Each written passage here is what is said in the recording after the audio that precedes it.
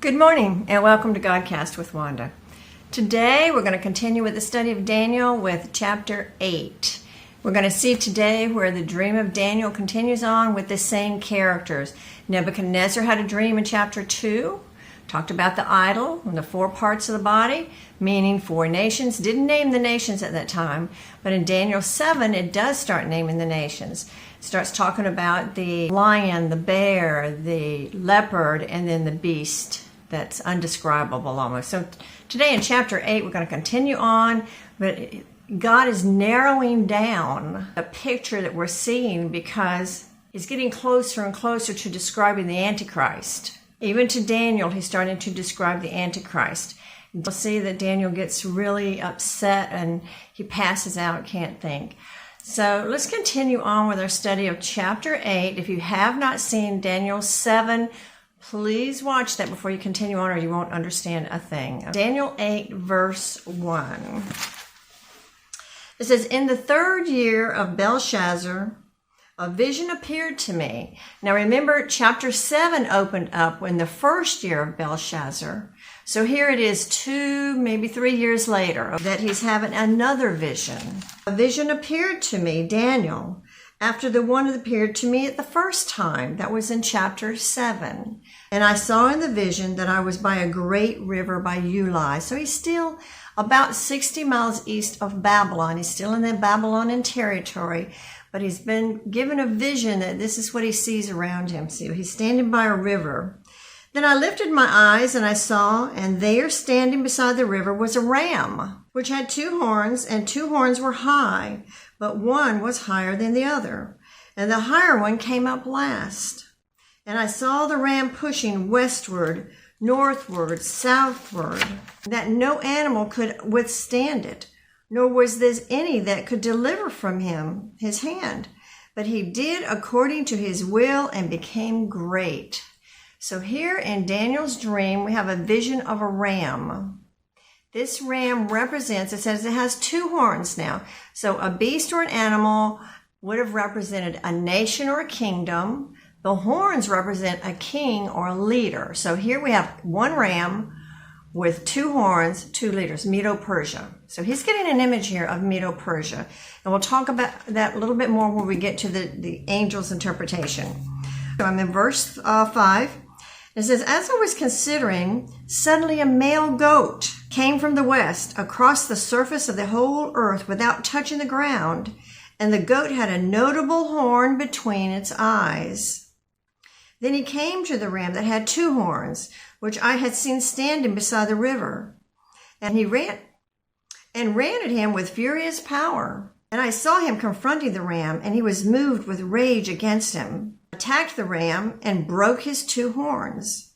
There was no power in the ram to withstand him, but he cast him down to the ground and trampled him, and there was no one there that could deliver the ram from his hand." Now, what are we talking about here? He's standing by the river. There he sees a ram, and this ram is standing there, has 2 horns, meaning the Medo-Persian Empire, the leaders of the Medo-Persians. And the Persians today, I want to point this out, are the Iranians. They identify as Persian.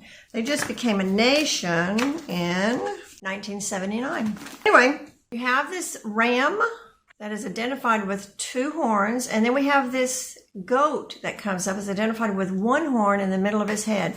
So this represents Greek. Now the Greek Empire was very strong, very powerful. It says that he crossed over without even touching the ground, very exceedingly fast. So this is the way Alexander the Great conquered. He conquered by going extremely fast. He had a fierce army, and they devastated everything they came in contact with. And he was known throughout the world as being famous. Now, when Alexander the Great took office, he was 20 years old. His father died when he was 20 years old, and he took over the reign of Greece. He died at the age of 33. In about 12, 13 short years, he's conquered all of the Medo-Persian Empire. Alexander the Great became king of Greece at the age of 20 when his father died, and he ruled until he was 33, and all of the lands he conquered was exceedingly fast. He had a huge army, and they were fierce, and people were all afraid of them. And so this is Alexander the Great, the 1 horn. I'm in verse 8. Therefore the male goat grew very great. But when he became strong, the large horn was broken, and in place of it, 4 notable ones came up toward the 4 winds of heaven. So we have Alexander the Great who dies, the horn is broken, and then 4 ones that come up out of that are 4 generals that served under him. Alexander the Great did not have a legitimate heir. His 4 generals were strong and powerful. They helped him conquer all these nations. They divided the kingdom up among the 4 of them. And it says, from the 4 winds of heaven. This means from the whole earth. Verse 9, and out of them came a little horn. Who did we say the little horn was? The Antichrist, which grew exceedingly great toward the south, toward the east, and toward the glorious land. And the glorious land would be Israel. The glorious city would be Jerusalem. Verse 10, and it grew up to the hosts of heaven, and it cast down some of the hosts and some of the stars to the ground and trampled them. Verse 11, he even exalted himself as high as the prince of the host, a capital P, who we're talking about. And by him the daily sacrifices were taken away, and the place of his sanctuary was cast down. Because of his transgression, an army was given over to the horn, the little horn, to oppose the daily sacrifice, and he cast truth down to the ground and did all this and prospered. Now there's a lot here, so let's talk about it. Let's break it apart. The hosts of heaven. It says it grew up to the host of heaven, and it cast down some of the hosts and some of the stars. Now if we read in Revelation 12, let's turn to Revelation 12 real quick. And let's start with verse 3. And another sign appeared in heaven. Behold, a great fiery red dragon having 7 heads and 10 horns. Where have we heard that before? Daniel 7. 7 kingdoms, 10 horns, and 7 diadems on their heads, means kings. His tail drew 1/3 of the stars of heaven and threw them to the earth. 1/3 of the stars of heaven. Now, stars are angels. Let's look down at verse 9. So the great dragon was cast out, that serpent of old called the devil and Satan, who deceives the whole world. He was cast to the earth, and his angels were cast out with him. Now, it's hard to imagine that Satan can influence angels that were created by God, that love and worship God. But he influenced them to show that, look, we don't need this. We can take over. So he was cast to the ground with his angels. Now, let's turn to Isaiah 14. Let's read a little bit more about that. Isaiah 14, verse 12. Now, the Bible is like a puzzle. It's not all in one place. You've got to look here and there to find all your answers. It's not in all one place. That's why a lot of people say the Bible's confusing. They don't understand it. It's taught weird. But you have to study the whole Bible to get the whole picture. Verse 12, we're going to start in Isaiah 14. It says, how you have fallen from heaven, O Lucifer, son of the morning. So this is one of the names of Lucifer. How you are cut down to the ground, you who weakened the nations. For you have said in your heart, I will ascend into heaven. I will exalt my throne above the stars of God, above the angels of God. I will also sit on the mount of the congregation. On the furthest side of the north, I will ascend above the heights of the clouds. I will be like the Most High. We have a picture of Lucifer, the angel. And if you read on different places, he says he was the most beautiful, precious gem in heaven. He was beautiful. He was handsome. He was smart. Now, a lot of times when someone's beautiful, smart, they have it all, what do they get? Prideful. Prideful. Pride hit heaven. And look how many angels he took with him. 1/3 of the angels. Here we see the downfall that pride can bring. So you have to be careful about that, pride. In verse 11, it says he exalted himself as high as the prince of the land. So he's exalted himself as high as Jesus or God on the land. Now he's given reign over the earth. And by him, the daily sacrifices are taken away. Now Daniel's a Jew. So we're talking about the Jews. And where do they do their daily sacrifices? At the temple. Okay?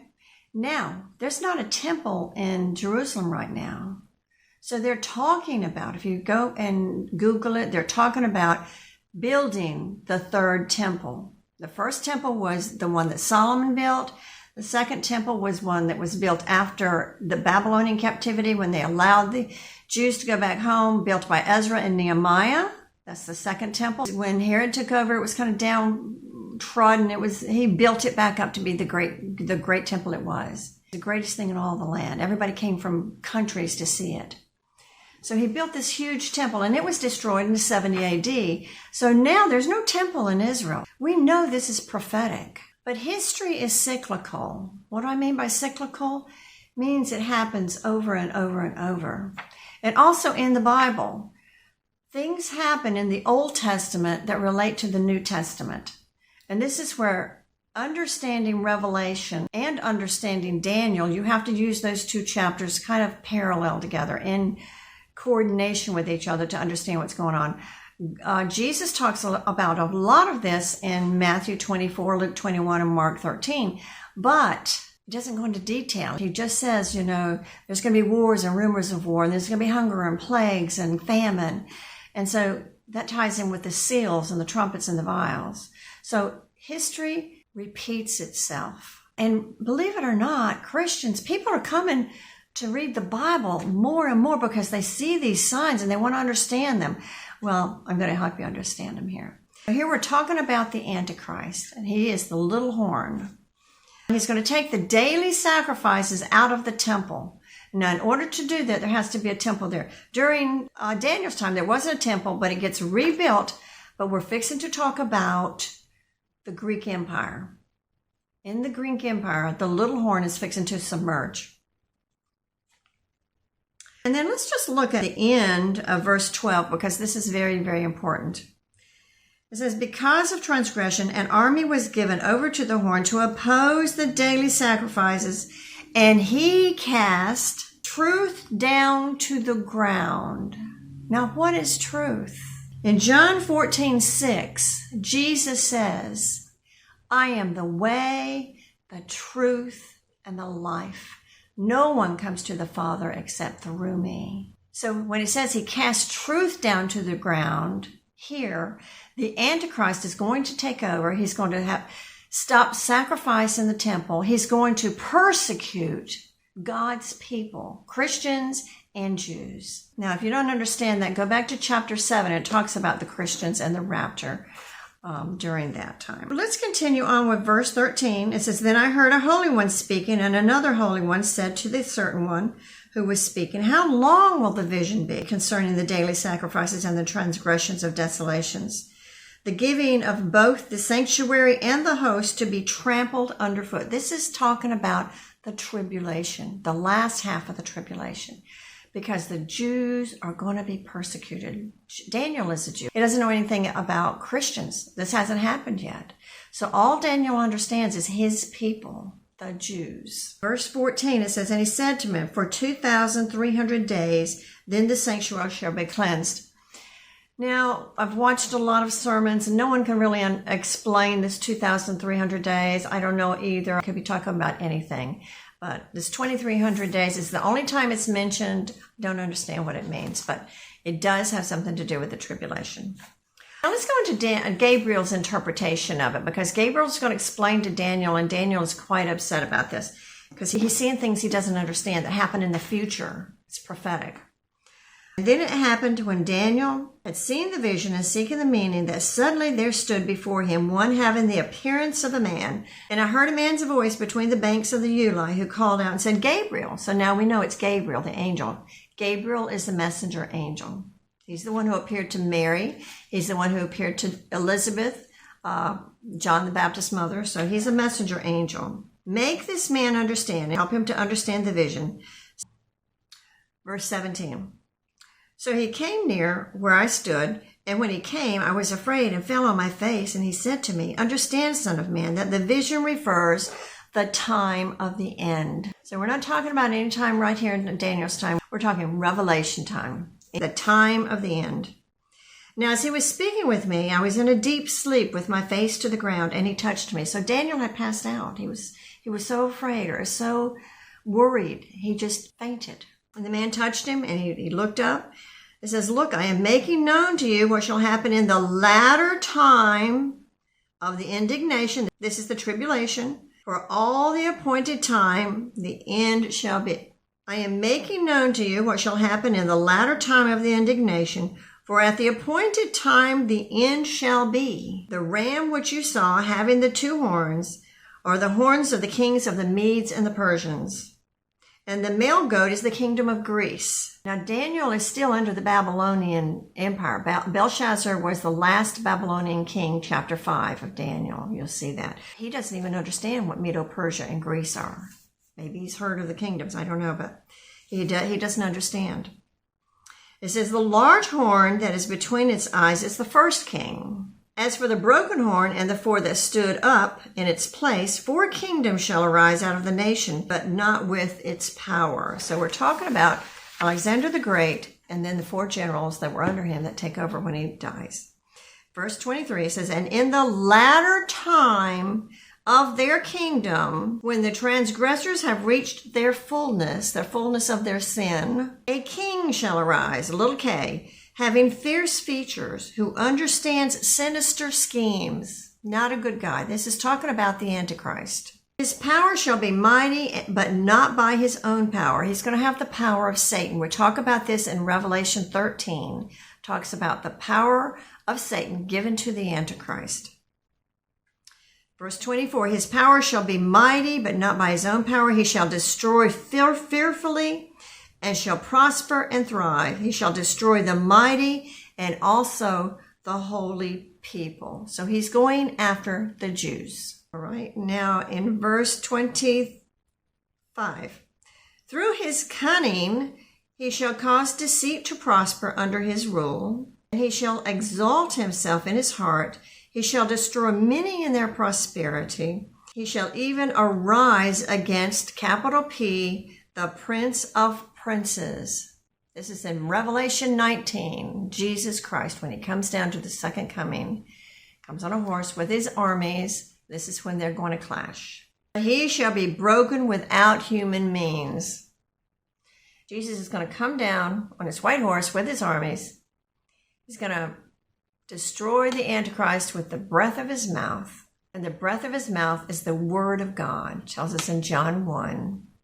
The word of God is going to destroy the Antichrist. Verse 26, "And the vision of the evenings and the mornings which was told is true. Therefore seal up the vision, for it refers for many days in the future." So this is end time. Tribulation is going to happen. But like I said, history repeats itself. That's going to be covered in chapter 11. It's going to tell you who the Antichrist is, and we'll talk about that at that time. But we'll finish up here. It says, "And I, Daniel, fainted and was sick for days." So knowing what's going to happen to his people, the Jews, the holy people, was more than Daniel could stand. "Afterwards I arose and went about the king's business, because I was astonished by the vision, but no one understood it." So he didn't tell anyone about it. He sealed it up and waited until God told him to write it. So here we're talking about the ram of Medo-Persia, 2 horns, leaders, kings of the Medos and the king of the Persians. Then we're talking about a goat with 1 horn in the middle. This horn is broken. Means Alexander the Great died. Under him were 4 powerful generals. These generals divided up the kingdom into 4 different parts.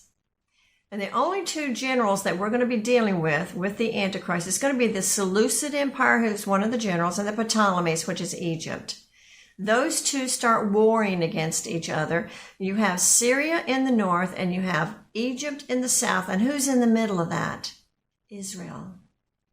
And they come together to fight each other, and Israel is in the middle. So we're going to talk about that when we get to chapter 11.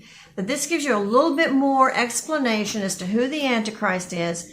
So I hope and pray that you understand a little bit of this, and that I've crammed in as much as I could in a few minutes, So study it, go back and study it some more until you understand every bit of it. Watch videos. There's plenty of good preachers out there. Read books. I have a book here that I've been using, Daniel, written by Amir Safari. Very good book that I use as a guideline for this. And I love resources. So let's share the gospel. If you enjoyed this and you're getting something out of this, maybe someone else will too. So help me share the gospel. Let's get the word out before the tribulation happens.